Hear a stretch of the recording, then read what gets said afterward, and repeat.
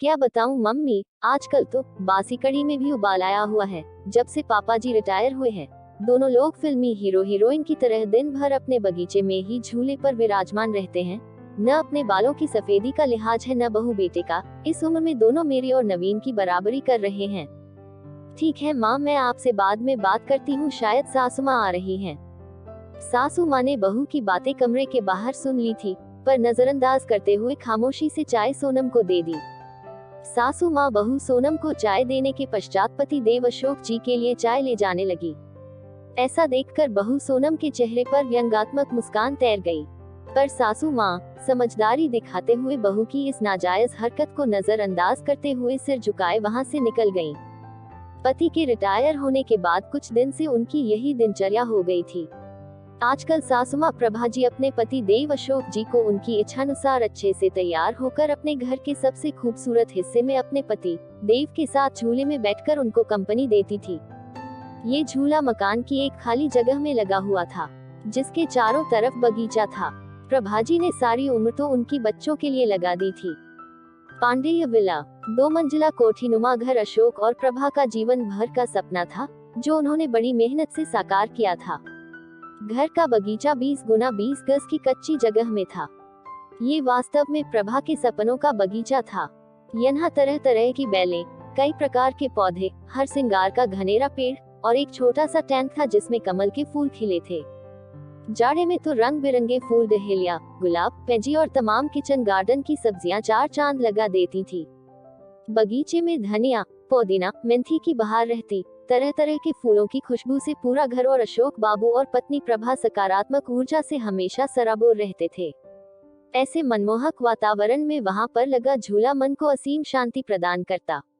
यहाँ का वातावरण इतना सुखदमय और शांतिमय था कि कोई भी यहाँ पर बैठता तो उसकी उठने की इच्छा ही नहीं होती थी। जाड़ों में वही तसले में आग जलती और भुने आलू, शकरकंद के मजे लिए जाते थे और बरसात में सुलगते कोयलों पर सिंकते भुट्टे का आनंद लिया जाता था। पहले वह और अशोक इस मनमोहक जगह में कम समय के लिए ही बैठ पाते थे। प्रभा अनमनी होती तो अशोक बड़े जिंदादिल शब्दों में कहते, पार्टनर रिटायरमेंट के बाद दोनों इसी झूले पर साथ बैठेंगे और खाना भी साथ में ही खाएंगे। आपकी हर शिकायत हम दूर कर देंगे, फिलहाल हमें बच्चों के लिए जीना है। बच्चों के करियर पर बहुत कुछ बलिदान करना पड़ा। खैर अब बेटा अच्छी नौकरी में था और बेटी भी अपने घर की हो चुकी थी।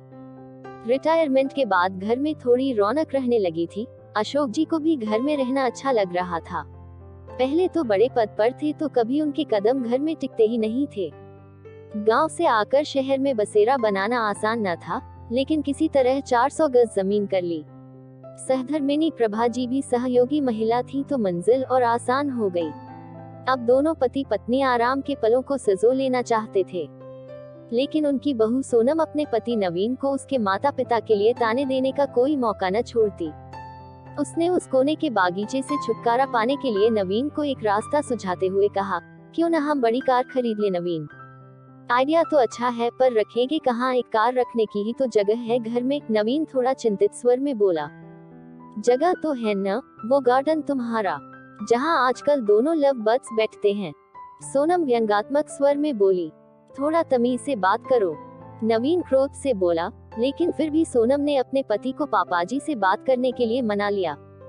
अगले दिन नवीन कुछ कारों की तस्वीरों के साथ शाम को अपने पिता के पास गया और बोला, पापा, मैं और सोनम एक बड़ी गाड़ी खरीदना चाहते हैं।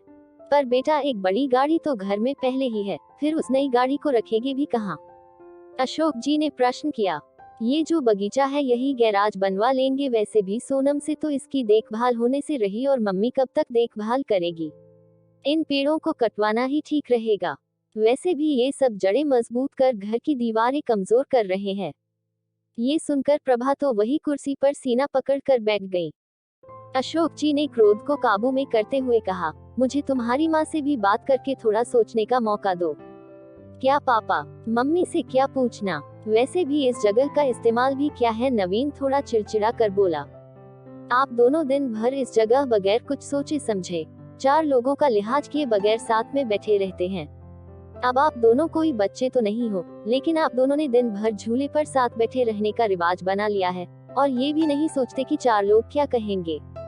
इस उम्र में मम्मी के साथ बैठने की बजाय आप अपनी उम्र के लोगों में उठा बैठा करेंगे तो वो ज्यादा अच्छा लगेगा, न कि ये सब। और वह दंदनाते हुए अंदर चला गया। अंदर सोनम की बड़बड़ाहट भी जारी थी। अशोक जी कड़वी सच्चाई का एहसास कर रहे थे। आज के पहले जब कभी पत्नी ने अपने मन की कही तो उन्होंने उन्हें ही सामंजस्य बिठाने की सीख दी, पर आज की बात से तो उनके साथ प्रभा जी भी सन रह गईं। अपने बेटे के मुंह से ऐसी बातें सुनकर दोनों का दिल भर आया था और टूट भी चुका था। रिटायरमेंट को अभी कुछ ही समय हुआ जो थोड़ा सुकून से गुजरा था। पहले की जिंदगी तो भागम भाग में ही निकल गई थी, बच्चों के लिए सुख साधन जुटाने में। नवीन और सोनम ने उस शाम खाना बाहर से ऑर्डर कर दिया, पर प्रभा से न खाना खाया गया और न उन्हें नींद आई। नींद तो अशोक को भी नहीं आ रही थी और वो प्रभा की मनोस्थिति भी समझ रहे थे। अशोक जी आज पूरी रात चिंता में लगे रहे, कुछ सोचते रहे, कुछ समझते रहे और कुछ योजना बनाते रहे, लेकिन सुबह जब वे उठे तब बड़े शांत और प्रसन्न थे। वे रसोई में गए और खुद चाय बनाई। कमरे में आकर पहला कप प्रभा को उठाकर पकड़ाया और दूसरा खुद पीने लगे। आपने क्या सोचा? प्रभा ने रोआ से लहजे में पूछा। मैं सब ठीक कर दूंगा, बस तुम धीरज रखो, अशोक बोले। पर हद से ज्यादा निराश प्रभा उस दिन पौधों में पानी देने भी न निकली और न ही किसी से कोई बात की। दिन भर सब सामान्य रहा, लेकिन शाम को अपने घर के बाहर टूलेट का बोर्ड टंगा देख नवीन ने भौचक के स्वर में अशोक से प्रश्न किया। पापा, माना कि घर बड़ा है, पर ये टूलेट का बोर्ड किस लिए? अगले महीने मेरे स्टाफ के मिस्टर गुप्ता रिटायर हो रहे हैं, तो वो इसी घर में रहेंगे, उन्होंने शांतिपूर्ण तरीके से उत्तर दिया। हैरान नवीन बोला, पर कहाँ? तुम्हारे पोर्शन में, अशोक जी ने सामान्य स्वर में उत्तर दिया। नवीन का स्वर अब हकलाने लगा था। और हम लोग तुम्हें इस लायक बना दिया है, 2-3 महीने में कोई फ्लैट देख लेना या कंपनी के फ्लैट में रह लेना, अपनी उम्र के लोगों के साथ। अशोक एक एक शब्द चबाते हुए बोल रहे थे। हम दोनों भी अपनी उम्र के लोगों में उठे बैठेंगे। तुम्हारी माँ की सारी उम्र सबका लिहाज करने में निकल गई, कभी बुजुर्ग तो कभी बच्चे। अब लिहाज की सीख तुम सबसे लेना बाकी रह गया था। पापा, मेरा वो मतलब नहीं था, नवीन सिर झुकाकर बोला। नहीं बेटा, तुम्हारी पीढ़ी ने हमें भी प्रैक्टिकल बनने का सबक दे दिया। जब हम तुम दोनों को साथ देखकर खुश हो सकते हैं, तो तुम लोगों को हम लोगों से दिक्कत क्यों है? इस मकान को घर तुम्हारी माँ ने बनाया, ये पेड़ और इनके फूल तुम्हारे लिए मांगी गई न जाने कितनी मनौतियों के साक्षी हैं, तो यह अनोखा कोना छीनने का अधिकार मैं किसी को भी नहीं दूंगा। पापा, आप तो सीरियस हो गए। नवीन के स्वर अब नम्र हो चले थे। न बेटा, तुम्हारी माँ ने जाने कितने कष्ट सहकर, कितने त्याग करके मेरा साथ दिया। आज इसी के सहयोग से मेरे सिर पर कोई कर्ज नहीं है, इसलिए सिर्फ ये कोना ही नहीं, पूरा घर तुम्हारी माँ का ऋणी है। घर तुम दोनों से पहले उसका है, क्योंकि जीभ पहले आती है, न कि दांत।